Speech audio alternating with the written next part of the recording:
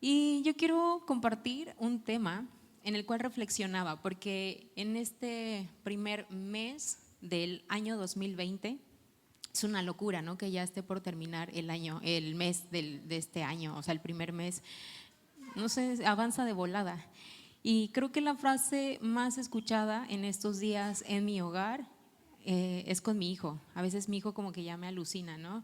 Pero yo siempre le digo, Santiago, primero lo primero. Voltea con tu vecino y dile, primero lo primero. Yo quiero compartir una porción de las escrituras que está situada en el Evangelio de Mateo. El capítulo es el capítulo 6 y he titulado la enseñanza Ladrones del tiempo. Y quiero que pienses por algún momento en que en muchas ocasiones nos enfrentamos a situaciones que exceden las horas de nuestro día. ¿En cuántas ocasiones hemos pensado en pedirle a Dios que le ponga más horas al día? Gracias a Dios, Dios dice, no, estás loco, no te hago caso y te da avión, ¿no? Nos da avión, sí, gracias a Dios. Porque Él sabe que la resolución o la respuesta no está en que Él añada más horas al día, sino en que nosotros podamos priorizar. Y en muchas ocasiones nosotros no tenemos la capacidad inteligentemente de poder priorizar cosas en nuestra vida. Y piensa por algún momento que hay 5 situaciones a las que tú te enfrentas. La primera es la situación en la que tú sabes que tienes que hacer cosas. Tú sabes que tienes que hacer cosas. Segunda situación, son las cosas que piensas que realmente debes hacer. En muchas ocasiones procrastinamos muchas cosas en nuestra vida, así como los chamacos que les dejan un proyecto en la escuela un mes antes o 3 semanas o 2 y una noche antes están, pero así enfrente a la computadora metiéndole todos los comandos habidos y por haber ahí en el teclado. ¿Por qué? Copy paste, están ahí dándole duro. ¿Por qué? Porque dejamos hasta el último. Hay algunos que necesitan adrenalina pura, tal vez hasta horas antes de entregar el proyecto todavía siguen ahí picándole, ¿no? Ok, ya sé quién es. Entonces, tú sabes que hay cosas que en realidad deberías de hacer. La tercera situación son aquellas cosas que quieres hacer, que en realidad quieres hacer, pero dices, no, pues es que la verdad quiero hacerlo, pero no tengo tiempo. En realidad sí hay tiempo, lo que no tienes es valor para hacerlo.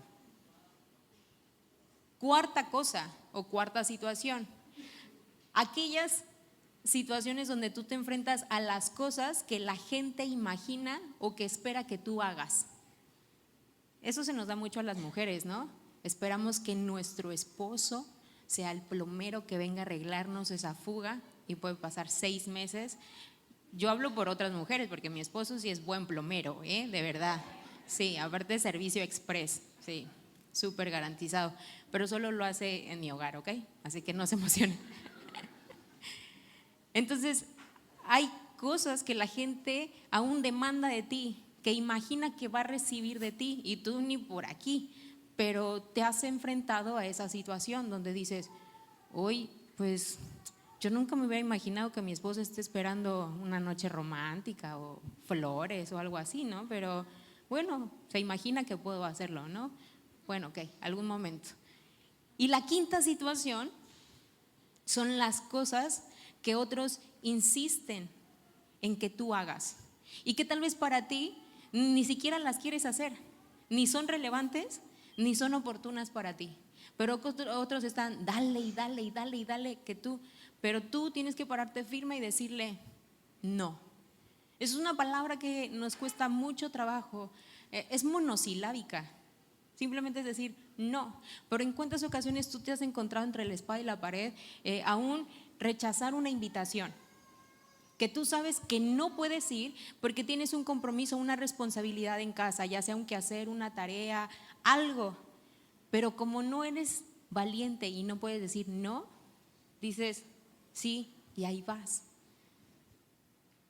No es oportuno, no es pertinente para ti, pero no puedes decir no no puedes negarte, no puedes rechazar ese ofrecimiento tal vez. Y a todo dices que sí. Yo lidio mucho con eso, porque la gente me insiste. Y si me insiste, yo acabo diciendo que sí. Aunque me meten aprietos en mi agenda, en mi día, con mi familia y todo, pero ahí estoy, porque no sé decir no. Entonces, son 5 escenarios, 5 panoramas, 5 situaciones en las que nosotros nos estamos encontrando, cómo lidiamos con el tiempo. Y ya dijimos, la solución no es añadirle más horas a nuestro día, sino la solución es priorizar.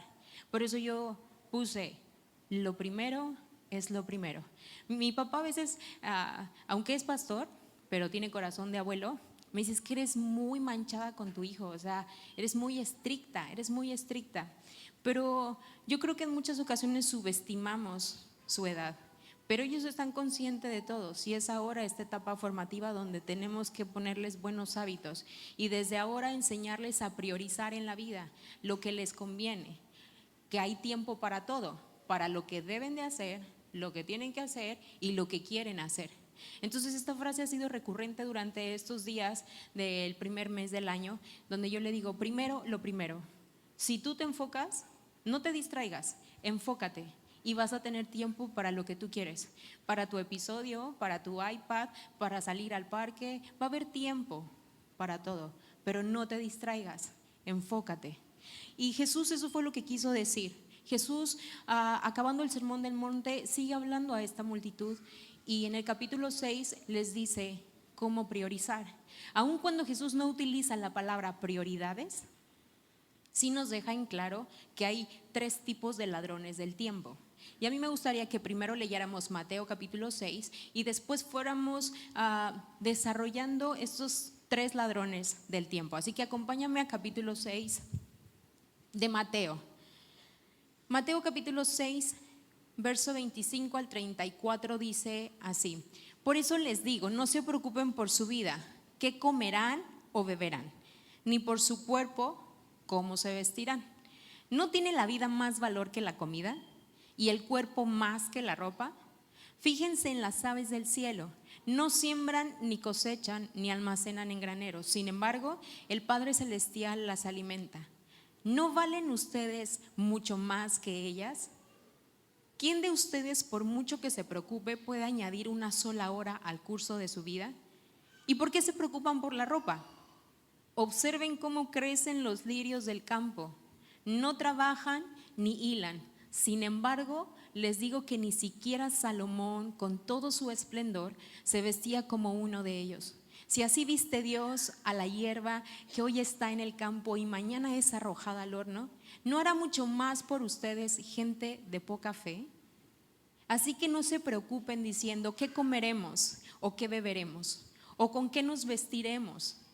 Los paganos andan tras todas estas cosas, pero el Padre Celestial sabe que ustedes las necesitan. Más bien, busquen primeramente el reino de Dios y su justicia, y todas estas cosas les serán añadidas. Por lo tanto, no se angustien por el mañana, el cual tendrá sus propios afanes. Cada día tiene ya sus problemas.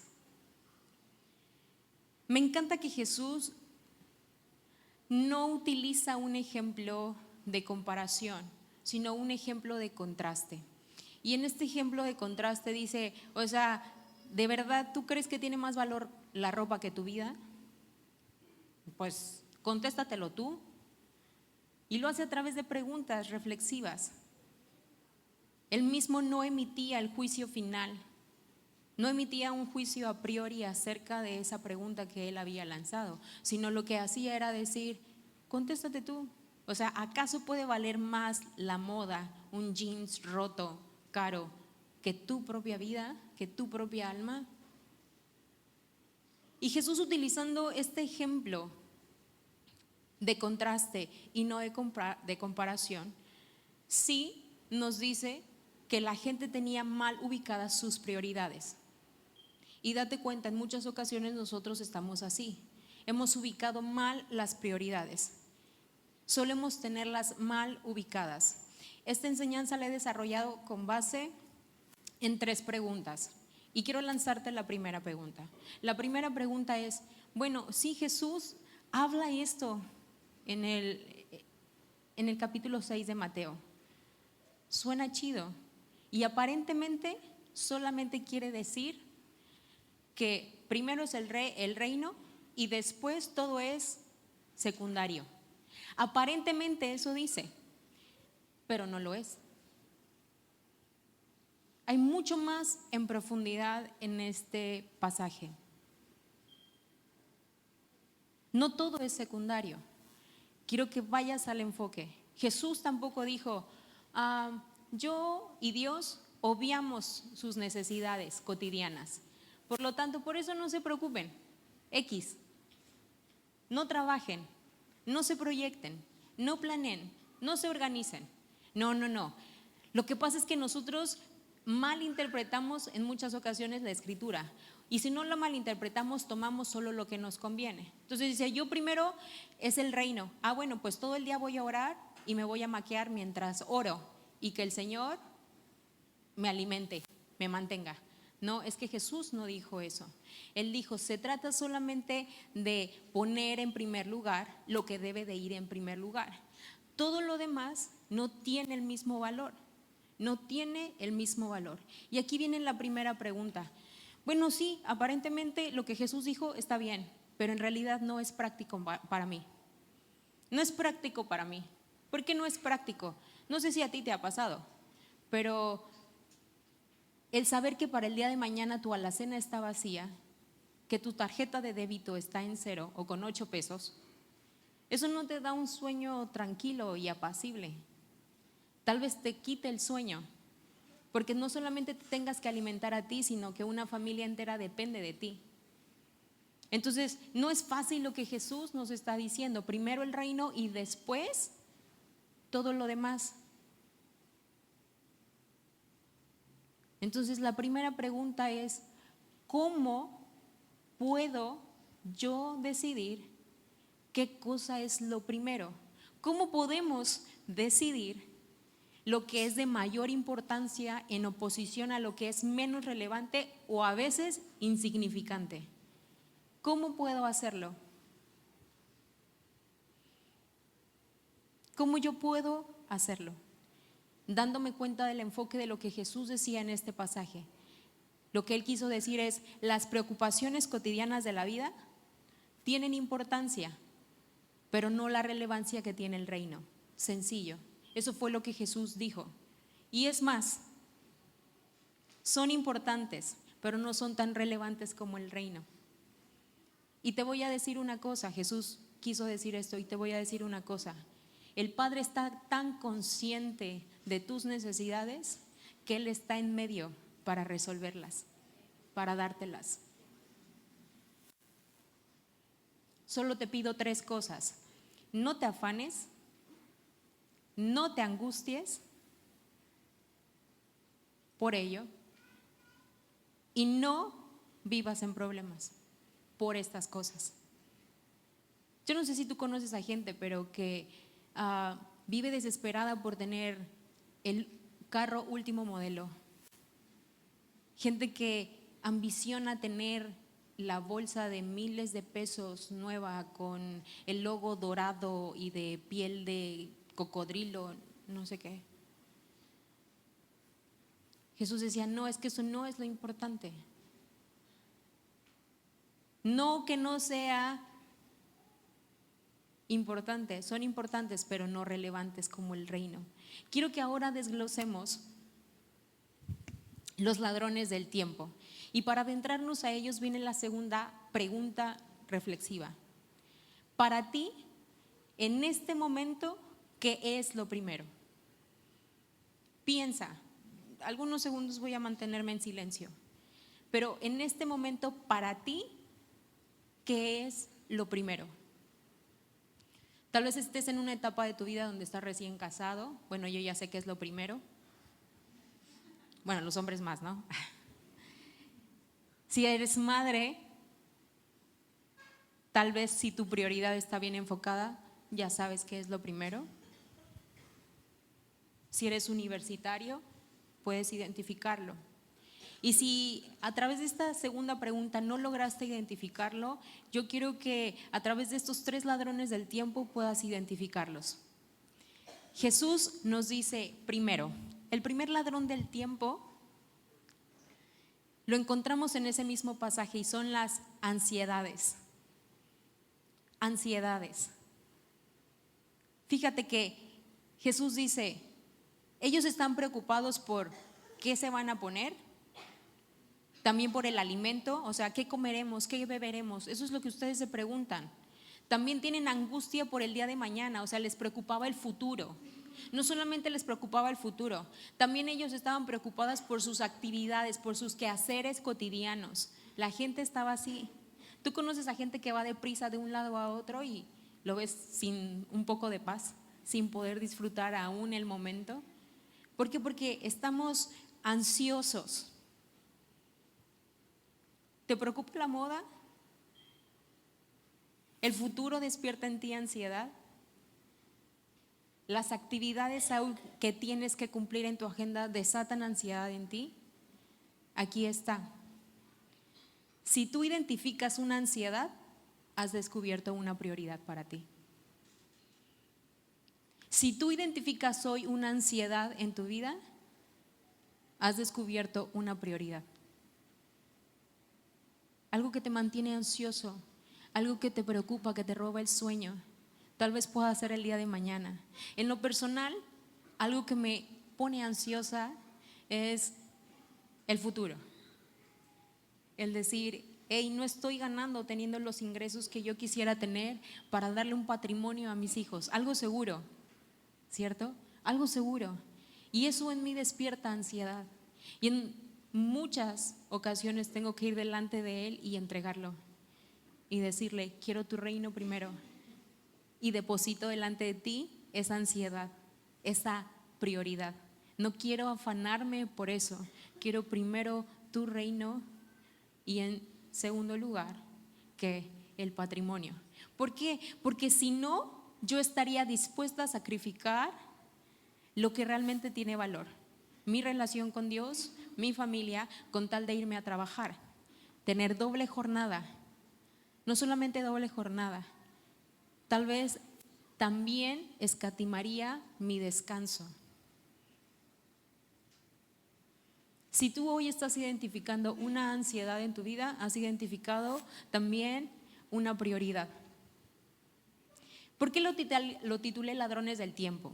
Porque en la antigüedad, hace algunos años, cuando los ladrones se acercaban, ellos te decían el dinero o la vida, el dinero o la vida.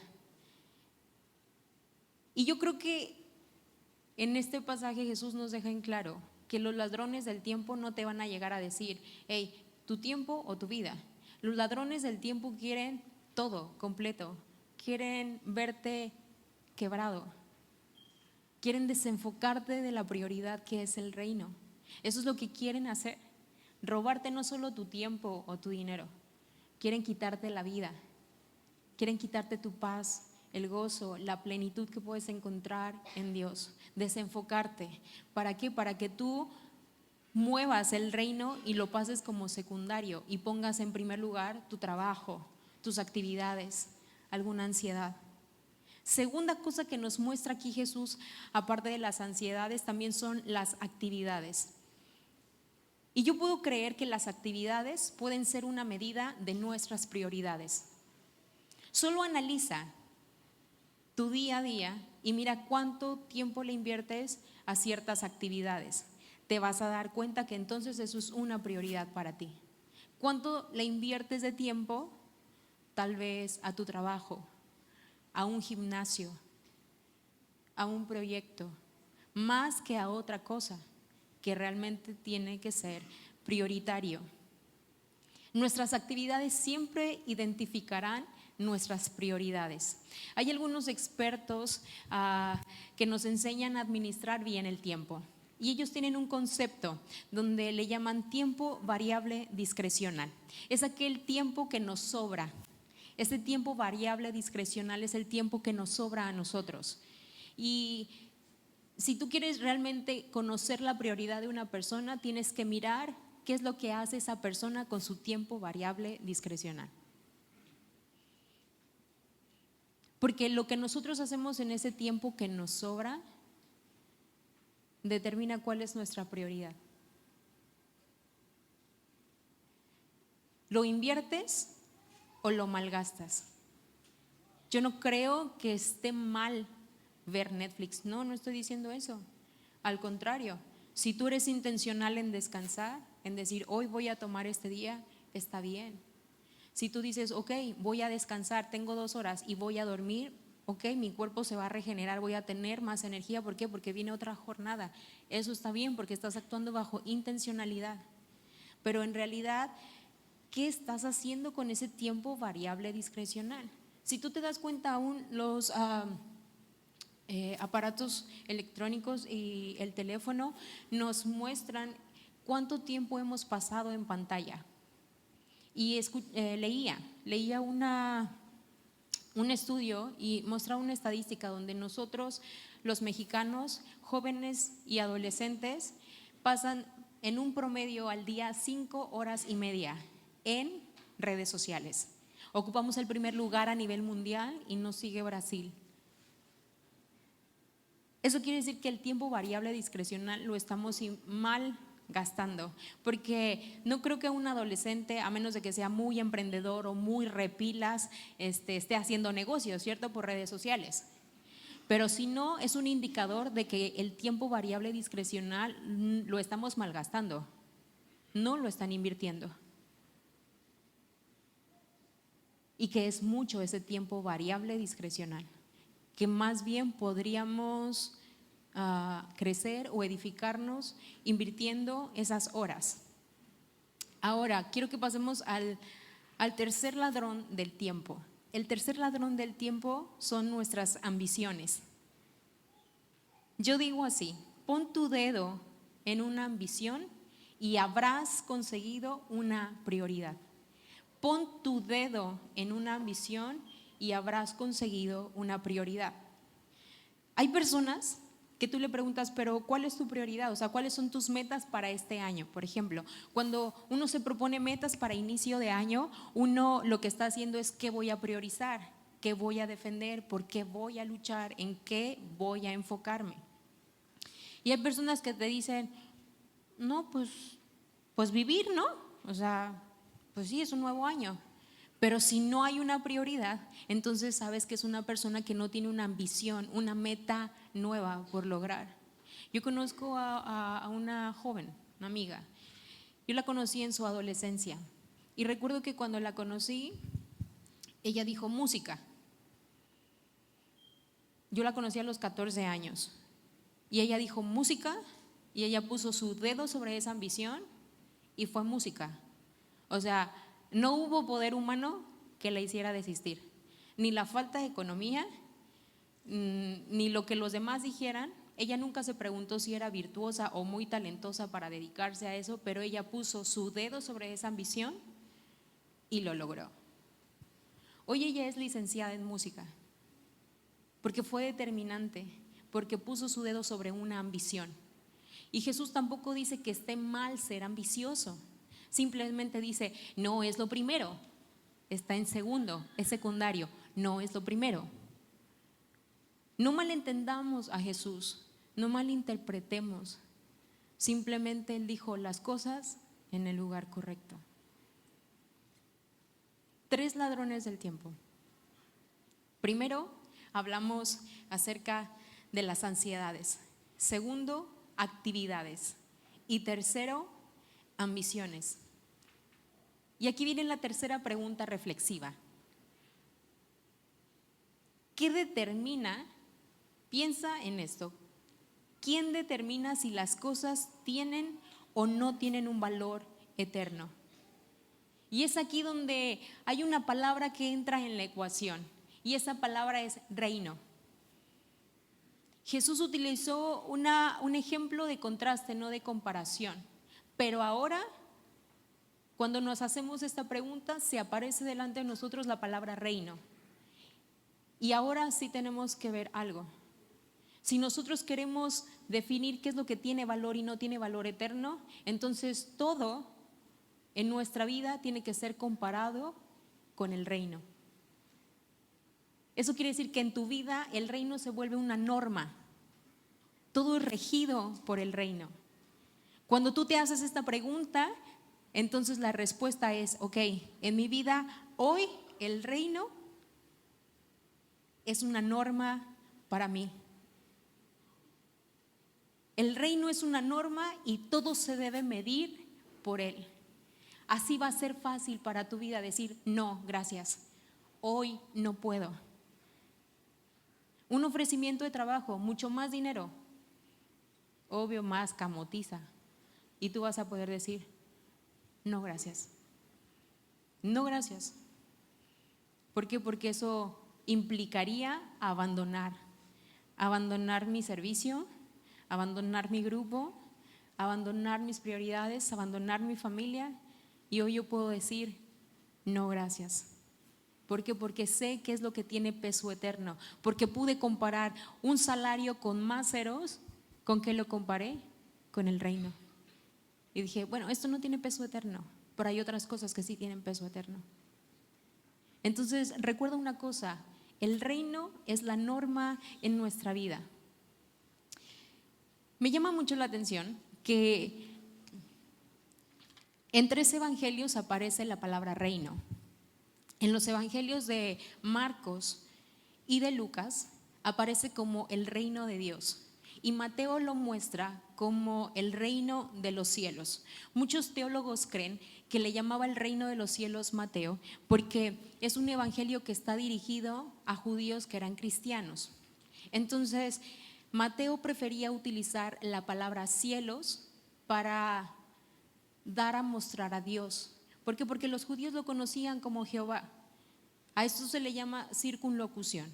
Eso quiere decir que utilizaban el reino de los cielos para referirse a la realidad de Dios. A la realidad de Dios. Pero mira, a mí hasta el momento de esta charla, no me queda bien en claro qué es lo que Jesús quería decirnos con reino. Si el reino se tiene que volver una norma, pero para mí sigue siendo un concepto abstracto, no voy a poder priorizar en mi vida. Y está bien, si tú estás ahí sentado y dices, no, pues está chido lo que estás diciendo, pero no me queda muy claro, o sea, como que esto es abstracto para mí, la palabra reino. Aquí quiero ponerte un ejemplo. Si tú has visto esta saga de la Guerra de las Galaxias, viene el mejor ejemplo que yo puedo ponerte como ilustración. Y es el siguiente. Jesús hablaba de un reino que nunca tendría fin. Y lo que Jesús venía diciendo es, cuando Él es bautizado y empieza a predicar, lo primero que hace es llamarnos al arrepentimiento. Y decía, arrepiéntanse, porque el reino de los cielos se está acercando. No había llegado, se está acercando. A eso tenemos también que notar que Juan el Bautista, su primo, también ya se había aventado un cierto rato pregonando que había de venir Jesús y qué cosas locochonas iban a suceder, que él no era el efectivo. ¿Quién era el efectivo? El que venía detrás de él. Entonces vinieron divulgando ese mensaje. El primero empiezan predicando arrepentimiento. Y el arrepentimiento quiere decir, cambia tu manera de pensar, abandona tu manera de vivir. Jesús les quería decir, necesitan priorizar bien, porque ahora lo importante no va a ser la comida. Lo importante ahora que viene Jesús ya no es enfocarnos en trabajar para saber qué vamos a comer, qué vamos a beber, qué vamos a vestir. Hay algo que tiene mayor relevancia, mayor peso. Prepárense, porque esto viene, está cerca. Y lo que Jesús vino a hacer es que Él vino a tomar posesión de lo que estaba perdido. Ahora, ¿por qué te digo la guerra de las galaxias? ¿Por qué? Porque tenemos las fuerzas del bien y las fuerzas del mal. A mí no me gusta hablar del enemigo, del diablo, del maligno y de Satanás. No, porque yo creo que está vencido. El sacrificio de Jesús lo venció y hay victoria en Jesús. Pero tú y yo tenemos que ser conscientes de que esto es guerra. Esto es guerra. Vuelta con tu vecino y dile, esto es guerra.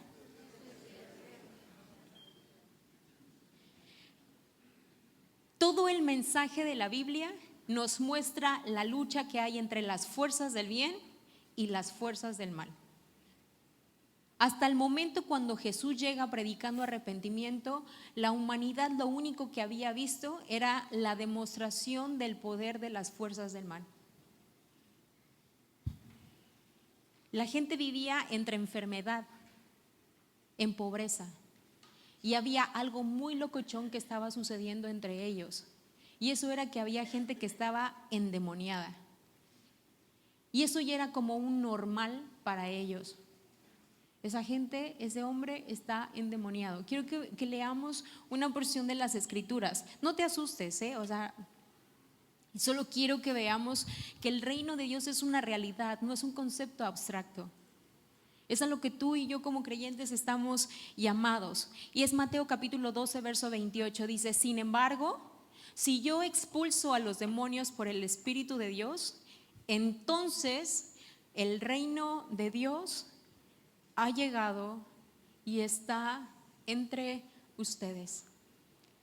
Jesús le llama reino a la normalidad de los cielos establecida aquí en la tierra. La humanidad solamente había visto la demostración del poder de las fuerzas del mal. Pero cuando llega Jesús y expulsa demonios, todos se quedan así. ¡Oh! ¿Quién es este que en el nombre de Dios expulsa demonios? Los sacerdotes, los fariseos estaban escandalizados de que Jesús tenía el poder de hacer eso. De liberar a la gente que estaba endemoniada. Jesús ahora está dando una demostración del poder, pero no de las fuerzas del mal, de las fuerzas del bien. Y eso fue choqueante para nosotros. Fue decir, ¡oh! ¿Existe algo más? Hay una realidad alterna a lo que estamos viviendo aquí. O sea, esto no es una normalidad. Hay algo mucho mejor, hay algo mucho más que no es visible, pero podemos hacerlo tangible si pedimos su reino. A Jesús lo llevaron a la cruz porque Él venía haciendo manifestaciones poderosas de Dios. Ahora, si para ti el concepto de reino sigue siendo abstracto, quiero que mires los primeros versos que hay en el mismo capítulo 6 de Mateo. Jesús le enseña a orar a las personas. Y es una oración muy popular, de que yo creo que siendo católico, cristiano, lo que sea, te lo sabes, el Padre Nuestro, ¿sí o no? Quiero que lo leamos. Mateo capítulo 6, el verso es el 9 al 13. Dice capítulo 6, verso 9. Ustedes deben orar así: Padre nuestro que estás en el cielo, santificado sea tu nombre, venga tu reino, hágase tu voluntad en la tierra como en el cielo. Danos hoy nuestro pan cotidiano. Perdónanos nuestras deudas como también nosotros hemos perdonado a nuestros deudores.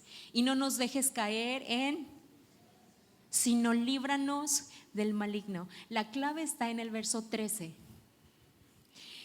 En los primeros versos nos deja en claro la prioridad. ¿Qué nos enseñó a orar primero?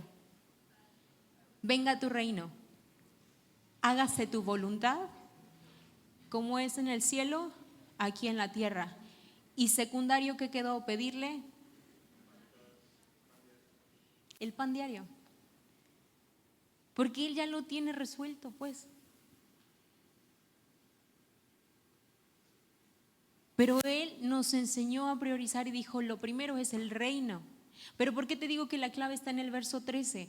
La clave está en el verso 13 porque dice, y no nos dejes caer en la tentación, sino líbranos del maligno. Y para esto tengo un ejemplo. Si nosotros creemos que esto es guerra y que siempre habrá una lucha entre las fuerzas del bien y del mal y que nosotros estamos en este terreno, nosotros somos conscientes de que tenemos que permanecer alertas, orando, con una relación a Dios. ¿Por qué? Porque si no somos mucho más vulnerables. Mira, un cristiano que no ora, que no lee su palabra y que se congrega esporádicamente, y a eso le sumamos prioridades mal ubicadas, pues es mucho más vulnerable para que sea tentado por el maligno, pues. Nuestras propias prioridades mal ubicadas nos hacen más vulnerables al maligno. Entonces lo que está diciendo él, no nos dejes caer en tentación, está incluida en la oración. Y este ejemplo que quiero darte es que si tú sabes un poco de historia general, te darás cuenta que en las guerras siempre hay una base donde se encuentran aquellos que dirigen la estrategia militar. Ellos ni siquiera están en el campo de batalla, están en lugares muy lejanos, tal vez pueden ser continentes distintos donde se está librando la guerra. Pero desde ese punto, ellos como estrategas están viendo y controlando en el aire los aviones, por la vía marítima están controlando barcos y buques, y también están controlando soldados dentro del terreno de guerra. El asunto aquí es que Dios es ese estratega, donde ni Dios ni Jesús están en la tierra. Jesús ya vino, Jesús ya venció, pero tú y yo seguimos en el terreno de guerra. Él es el estratega y tú y yo vivimos en este concepto de guerra que se le llama botas en el terreno.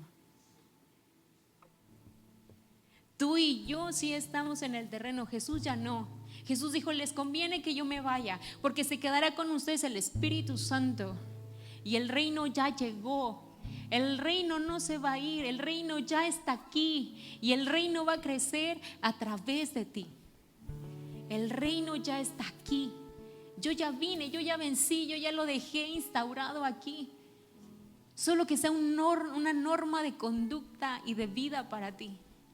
Si tú lo haces, todo el mundo conocerá quién soy yo.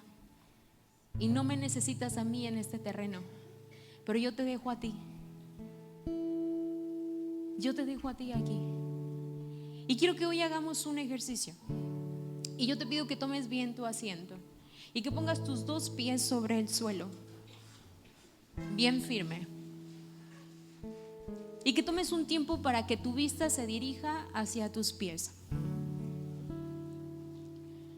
Yo hoy ocasionalmente traje mis botas. Si tú hoy traes sandalia, zapatilla, huarache, chancla, tenis, mira en ellos unas botas. Mira unas botas en tus pies. Y sé consciente que estás en terreno de guerra, que esto es una lucha. Si tú eres consciente de que estás en guerra, que estás en lucha, tu oración va a ser la correcta. Tu oración va a ser: Padre nuestro que estás en el cielo, santificado sea tu nombre, venga tu reino y hágase tu voluntad. Y por último, Padre, omito el pan. No te pido el pan porque tú tienes cuidado de mí, pero te pido que no me dejes caer en tentación, sino líbrame del mal. Jesús en Juan capítulo 15 dijo de esta forma: en este mundo tendréis aflicción, pero confiad, porque yo he vencido al mundo. Habrá aflicción y preocupación, pero confiar, porque yo he vencido al mundo. Están aquí simplemente de paso, pero la victoria la tienen ustedes. Ahora te pido que sigas conmigo en este ejercicio y ahora levantes tu vista hacia el techo. Siendo consciente de las botas, ahora tu mirada tiene que ir a los cielos. Y Jesús siempre dijo: yo les pido una cosa, están aquí en este mundo, pero no pongan su mirada en las cosas de esta tierra, sino más bien pongan su vista y su mira en las cosas del cielo. Estar conscientes que tengo botas en el terreno, pero que mi mirada siempre tiene que dirigirse hacia los cielos, siempre va a tener la oración correcta. Venga tu reino, hágase tu voluntad, así como es en los cielos, aquí en la tierra. Ahora quiero que me mires.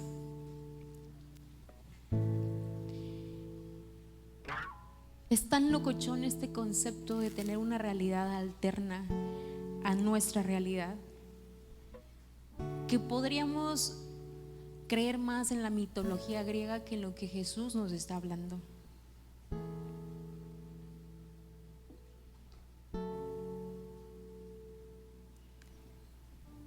Aquí lo importante es saber que el reino no es un concepto abstracto. Es importante en realidad saber que el reino es una realidad de Dios para esta tierra. Yo no sé si tú te has encontrado con personas que están enemistadas con Dios, porque dice: hey, si Dios existe, ¿por qué rayos hay guerra? ¿Por qué hay pobreza? ¿Por qué hay gente que muere? ¿Por qué hay gente despiadada, terrorista, que mata, se pone bombas? O sea, si Dios existiera, eso no pasaría. Mi única respuesta para esa persona es: hey, la muestra contundente de que Dios existe es que te amó tanto que envió a su Hijo y trajo su reino a la tierra. El plan inicial de Dios para la vida del ser humano no era vivir en guerra. Puso a Adán y a Eva en un huerto para que lo labrasen y para que tuvieran una relación con Él. Ambos estaban desnudos delante de Dios. Esa era su normalidad. Pero nosotros decidimos no tener esa relación con Él.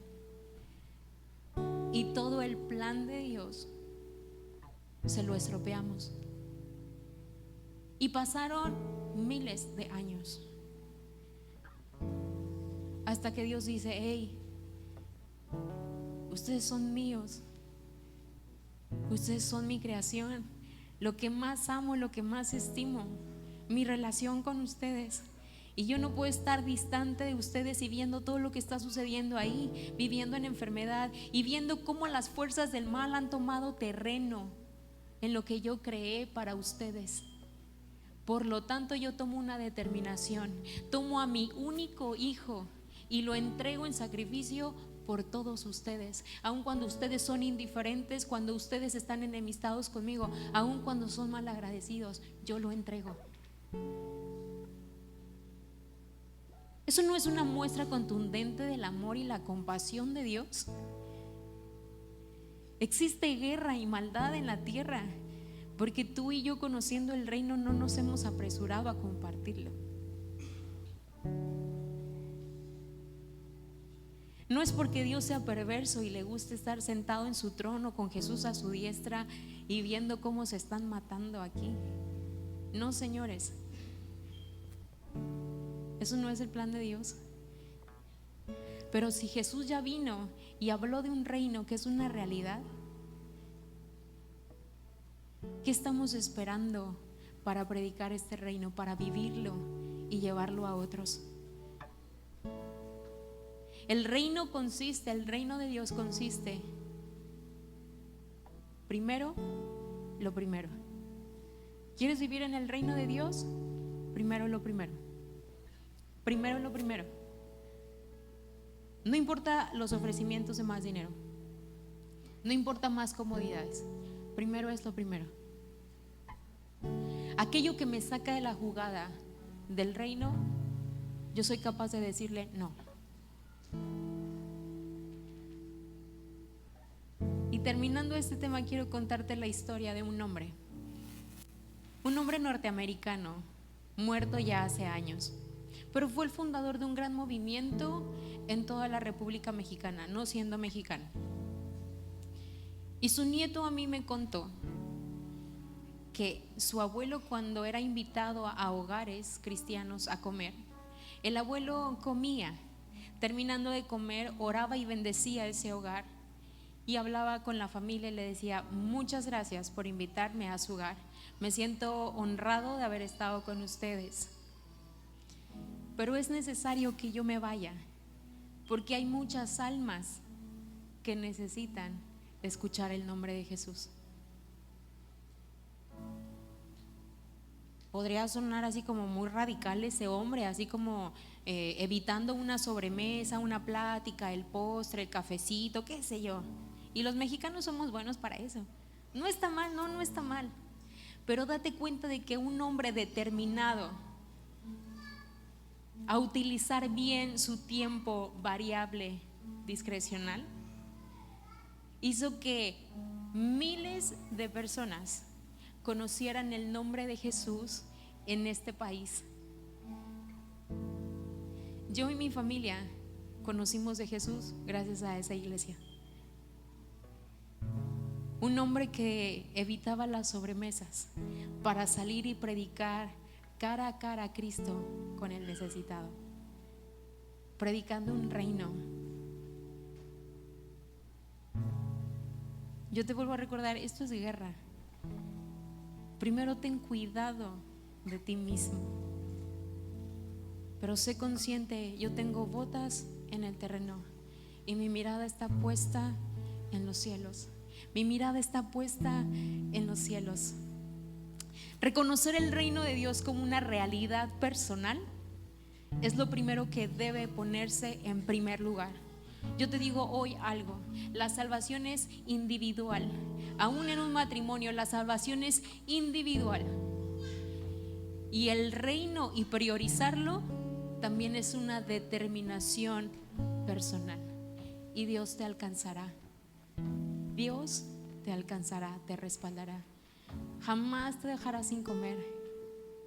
Todo lo añadirá. Porque cuando tú pones a Dios en primer lugar, Él nunca te deja en segundo lugar. Tú estás en la jugada con Él. Cuando tú pones a Dios en primer lugar, Él nunca te dejará en segundo lugar. Yo quiero invitarte a ponerte de pie ahí en tu lugar y que juntos podamos orar a Dios.